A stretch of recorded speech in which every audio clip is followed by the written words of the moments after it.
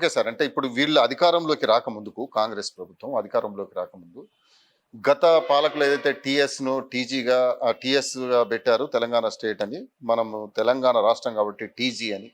అవసరమైతే అందశ్రీ పాటను మనం తెలంగాణ రాష్ట్ర గీతంగా ఇట్లా కొన్ని అప్పుడు హామీలు ఇవ్వడం జరిగింది. ఇప్పుడు వాటిని అమలు చేస్తారని మనం అనుకోవచ్చా? అంటే మరి ఇప్పుడు చాలా హామీలు ఇచ్చారు వాళ్ళు. హ్మ్. ఆ హామీలన్నిటినీ అమలు చేయడం కోసం మనం కొంత సమయం అవసరం వస్తది. ఓకే. ఆ సమయం వరకు మనం వేచి చూడక తప్పదు. హ్మ్. మనం ఇంకొక 6 నెలల్లో హ్మ్. ఇక్కడనే ఇంకొక పెద్ద ఇంటర్వ్యూ చేద్దాం. Okay sir. అంటే ఇప్పుడు ఒక్కటి సార్. అంటే జనరల్‌గా చట్టసభలలో మాదిగల ఉనికి లేకుండా రేవంత్ రెడ్డి చేయబోతున్నాడని మందకృష్ణ ఆరోపించారు. ఇది ఎట్లా ఎట్లా చూడొచ్చు? ఏ కోణంలో ఇప్పుడు చూడొచ్చు? మందకృష్ణన్న గత అన్ని ప్రభుత్వాల మీద మాట్లాడుతున్నాడు. హ్మ్. కేసీఆర్ ముఖ్యమంత్రిగా ఉన్నప్పుడు మాదిగకి మంత్రి పదవి లేదు, మాదిగలు వీసీలు కాలేదు. తర్వాత చాలా పదవులలో కార్పొరేషన్ పదవులలో కూడా మాదిగలకు తగిన ప్రాధాన్యత ఇవ్వలేదు అనేది మందకృష్ణన్న తీవ్రమైన విమర్శ పెట్టాడు. ప్రతి ప్రభుత్వంలో ఆయన తన కమ్యూనిటీ కోసం పోరాటం చేస్తున్నాడు. ఓకే. 30 ఏళ్ళుగా పోరాటం చేస్తున్నారు. అది సామాజిక న్యాయ కోణంలో హ్మ్. అందరికీ సమానంగా రాజ్యాంగ ఫలాలు అందాలనేది ఆయన డిమాండ్. ఆ క్రమంలో ప్రభుత్వంలో అధికారంలో ఉన్నటువంటి వాళ్ళు కూడా ఎవరి జనాభా దామాష ప్రకారం వారికి పదవులు ఇవ్వటం అనేది ఒక మంచి ఆలోచన. రేవంత్ రెడ్డి గారు నిజంగా ఈ రాష్ట్రంలో ఎవరి జనాభా ఎంత ఉందో వారికి తెలియంది కాదు, ప్రభుత్వం దగ్గర లెక్కలు కూడా ఉన్నాయి. ఆ పద్ధతి ప్రకారము మంత్రి పదవుల్లో కానీ కార్పొరేషన్ పదవుల్లో కానీ అన్ని చోట్ల సమానమైనటువంటి వాటా ఇవ్వవలసిన బాధ్యత ఆయన మీద ఉన్నది. ఒకళ్ళు ఇవ్వకపోతే మందకృష్ణన్న కానీ లేదా ఆ కమ్యూనిటీకి సంబంధించిన మేధావులు కానీ ఎవరు కూడా ఊరుకోరు. వాళ్ళందరూ ఖచ్చితంగా అడుగుతారు, పోరాటం చేస్తారు. అది మిలిటెంట్ కమ్యూనిటీ, అది మౌనంగా ఉండే కమ్యూనిటీ కాదు. మాది కమ్యూనిటీ 30 ఏళ్ళుగా ఉజ్వలమైన ఉద్యమాన్ని నడిపినటువంటి కమ్యూనిటీ. కనుక రేవంత్ రెడ్డి గారు ఆలోచించవలసింది కూడా ఏమిటంటే ఈ రాష్ట్రంలో మాదిగల జనాభా ఎంతో మీరు చూడండి, మాదిగ మేధావులు ఎంతమంది ఉన్నారో చూడండి, వాళ్ళ పోరాటాలు ఏమిటో చూడండి. ఆ క్రమంలోనే వీసీలు కానీ రిజిస్టర్లు కానీ మంత్రులు కానీ తర్వాత కార్పొరేషన్ చైర్మన్లు కానీ వివిధ చోట్ల ప్రాధాన్యత కానీ ఇవ్వటం అనేది చేయాలి.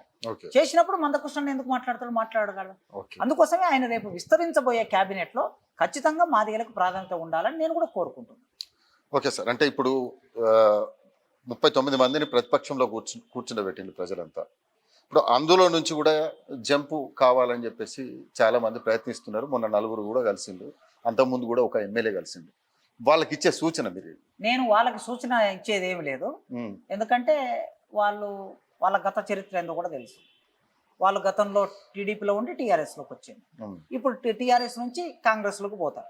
వాళ్ళ గురించి పెద్దగా మనం బాధపడాల్సిన అవసరం లేదు. ప్రజలకు నేను అప్పీల్ చేస్తున్నా, మీరు ఈ ప్రజలైనటువంటి మీరు, ఓటర్లు అయినటువంటి మీరు వీళ్ళని బీఆర్ఎస్ పార్టీలో ప్రతిపక్షంలో కూర్చొని మీరు ప్రజా సమస్యలను పోరాటం చేయాలని ఓట్లేసి గెలిపించారు. రేపు వీళ్ళు ఎక్కడ కనిపిస్తే అక్కడ నిలదీయండి, అడ్డుకోండి, వాళ్ళని రోడ్డు మీద అడుగు పెట్టినకుండా చేయండి. అట్లా చేసినప్పుడే ప్రజలు నిలదీసినప్పుడే ఒక పార్టీ నుంచి మరో పార్టీకి ఫిరాయింపు లేకుండా ఉంటాయని నేను భావిస్తున్నా. తిరగనివ్వకూడదు. అసలు మనిషి అనేటటువంటి వాడు ఎమ్మెల్యే ఫిరాయింపు చేసిన వాడు సమాజంలో బహిష్కరించబడాలి. ఎక్కడ కూడా ఆ నియోజకవర్గంలో ఒక్కరు కూడా వారిని ఆ వ్యక్తిని తిరగనివ్వకుండా చేసినప్పుడే భయం ఉండాలి. ప్రజల నుంచి భయం ఉన్నప్పుడు మాత్రం వాళ్ళు సరిగ్గా ఉంటారని నేను కోరుకుంటున్నాను. Okay sir. అంటే వచ్చే బడ్జెట్లో ఎలా ఉండాలని ఒక ప్రొఫెసర్గా మీరు కోరుకుంటున్నారు? నేను ప్రజా బడ్జెట్గా ఉండాలి. ఎందుకంటే వారు ప్రజా దర్బార్ అంటున్నారు, ప్రజా భవన్ అంటున్నారు, ప్రజా పాలన అంటున్నారు, అన్నిటికీ ప్రజా పెడుతున్నారు. ఇది ప్రజా బడ్జెట్గా ఉండాలని నేను కోరుకుంటున్నాను. ప్రజా బడ్జెట్ ఉండాలంటే వ్యవసాయ రంగానికి అధిక బడ్జెట్ కేటాయించాలి. రైతులకి ఉచితంగా ఎరువులు కానీ విత్తనాలు కానీ ప్రభుత్వమే సప్లై చేయాలి, రైతు బంధుతో పాటు. దాంతోపాటు విశ్వవిద్యాలయాలకి ఉస్మానియా యూనివర్సిటీలో కూర్చొని మనం ఇంటర్వ్యూ చేస్తున్నాం.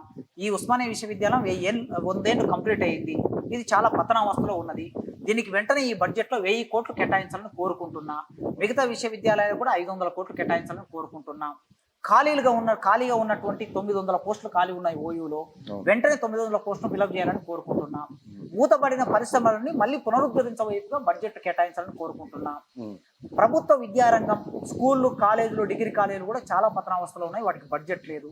వాటిని మళ్ళీ కళావైభవం వచ్చేటట్టు పూర్వ వైభవం వచ్చే విధంగా వాటికి బడ్జెట్ ఉండాలని కోరుకుంటున్నా.